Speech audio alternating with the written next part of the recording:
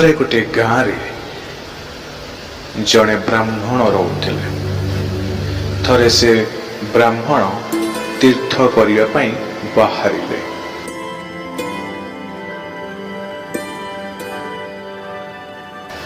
ଯିବା ବାଟରେ ଏକ ବଡ଼ ଜଙ୍ଗଲ ଅତିକ୍ରମ କରିବାକୁ ପଡ଼ିଲା।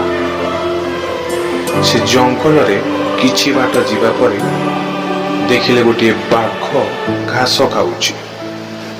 ବାଘଟି ହ୍ରଦ କୂଳରେ ବସିଥାଏ।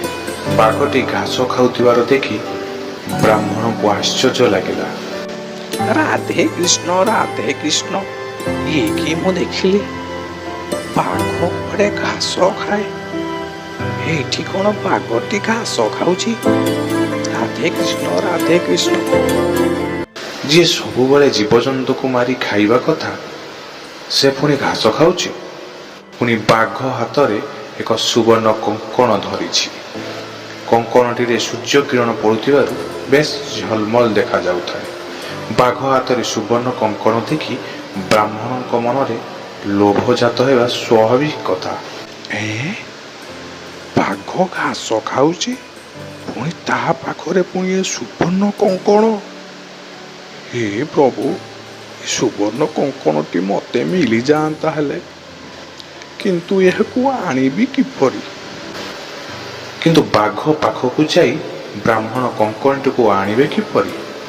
ବ୍ରାହ୍ମଣ ମନେ ମନେ ଏହି କଥା ଚିନ୍ତା କରୁଥାନ୍ତି।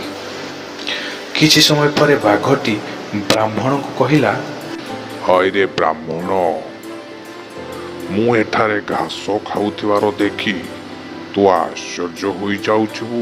ତାପରେ ମୋ ହାତରେ ସୁବର୍ଣ୍ଣ କଙ୍କଣ ଦେଖି ଆହୁରି ଆଶ୍ଚର୍ଯ୍ୟ ହୋଇଯାଉଥିବୁ। ମୁଁ ତୋତେ ଏହି କଙ୍କଣଟି ଦେବାକୁ ଚାହୁଁଛି। ମୋ ପାଖରେ ଏହି ଜିନିଷଟି ରହି କ'ଣ ଲାଭ?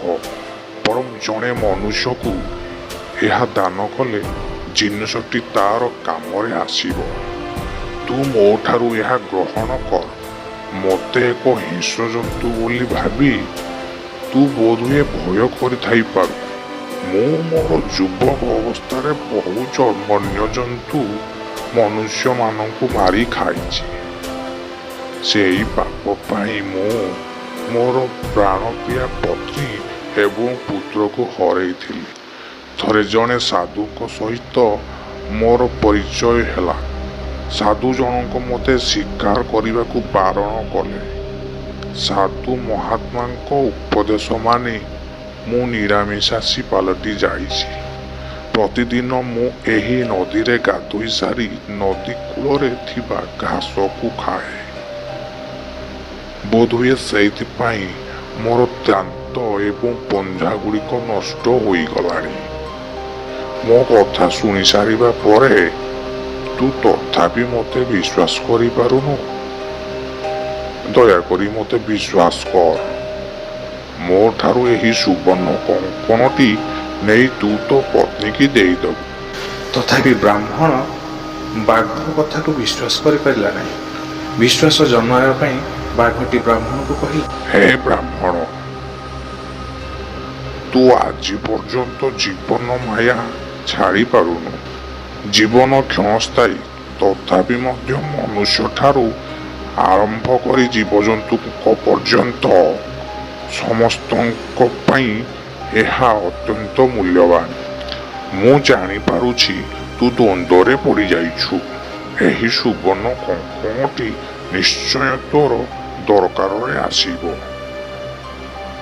ଲୋକେ କହନ୍ତି ବ୍ରାହ୍ମଣ ଉଚ୍ଚ ଜାତି, ସେମାନଙ୍କୁ ଦାନ କଲେ ଭଗବାନ ସନ୍ତୁଷ୍ଟ ହୁଅନ୍ତି, କାରଣ ଭଗବାନଙ୍କ ସହ ସେମାନଙ୍କର ସିଧା ସମ୍ପର୍କ ଅଛି ବୋଲି ସ୍ୱୟଂ ବ୍ରାହ୍ମଣମାନେ ହିଁ କହନ୍ତି।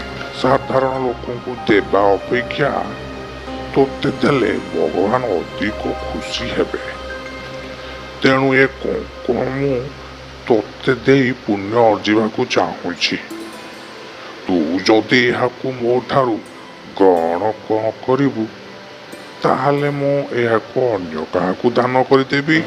ବାଘର କଥା ଶୁଣି ବ୍ରାହ୍ମଣ ସଙ୍ଗେ ସଙ୍ଗେ କହିଲା, ଦେଖ, ତମେ ଏହାକୁ ଅନ୍ୟ କାହାକୁ ଦାନ କରିବାର ଦରକାର ନାହିଁ। ତମର କଥାବାର୍ତ୍ତା ଶୁଣି ସାରିବା ପରେ ମୋର ତୁମ ପ୍ରତି ଅବିଶ୍ୱାସ ଥିଲେ ମଧ୍ୟ କିଛି କିଛି ବିଶ୍ୱାସ ଜାତ ହେଉଛି।